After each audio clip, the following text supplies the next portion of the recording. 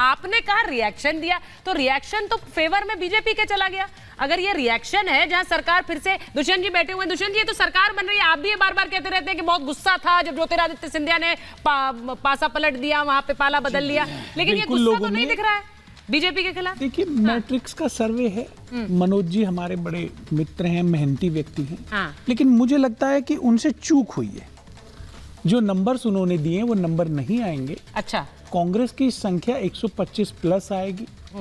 भाई साहब ने, शहजाद जी ने राजस्थान के विषय में कहा, वहां भी मुझे इनको लगता नहीं कि इनकी जो आकांक्षाएं और उम्मीद है बहुत बड़े मैंडेट के साथ ये जीत पाएंगे।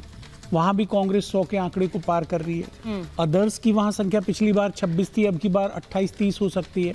भाजपा को वहां 60 और 70 के बीच में संतोष करना पड़ेगा। छत्तीसगढ़ में और तेलंगाना में ये लड़ाई में नहीं है।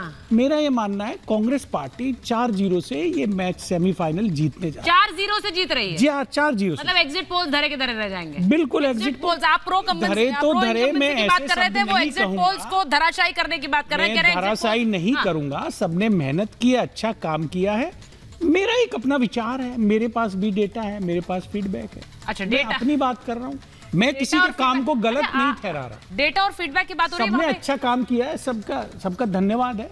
मैं एक बार संगीत रागी जी से पूछ लूं, उसके बाद वापस आती हूँ। एक बड़ी इंटरेस्टिंग कमेंट आया था आचार्य जी का, उन आचार्य प्रमोद कृष्णम का, उस पर आऊंगी क्योंकि भाटी जी भी बैठे हुए। लेकिन प्रोफेसर रागी ये जो बोल रहे हैं कि ये एग्जिट पोल्स पूरी तरह से निराधार होंगे, ये गलत साबित होंगे, बीजेपी नहीं Congress is coming back to power 4-0 से।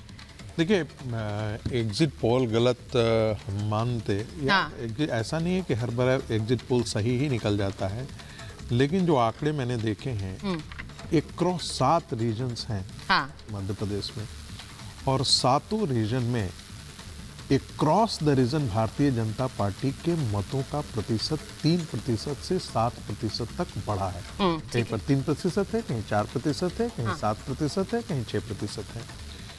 1-2 रीजन जो कहा जाता था कि भारतीय जनता पार्टी ने जो तोड़ करके सरकार बना ली, वो तोड़ करके आई या टूट करके बनाई, ये तो अलग विषय है, लेकिन उस पर तो मध्य प्रदेश की जनता ने मैंडेट दोबारा दे दिया था। बाईपोल्स हुए और बाईपोल्स में भारतीय जनता पार्टी को वहां पर विजय मिली थी।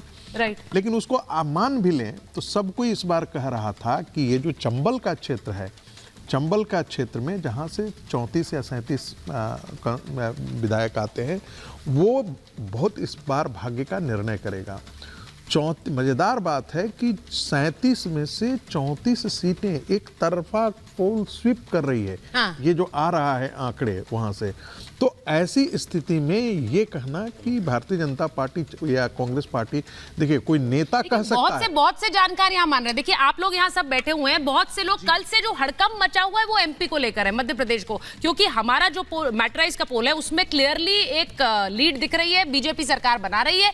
लेकिन मैंने शुरू में बताया कि तकरीबन 7 एग्जिट पोल्स हुए, उनमें से 3 ऐसे बता रहे हैं कि भाई Congress is coming to power.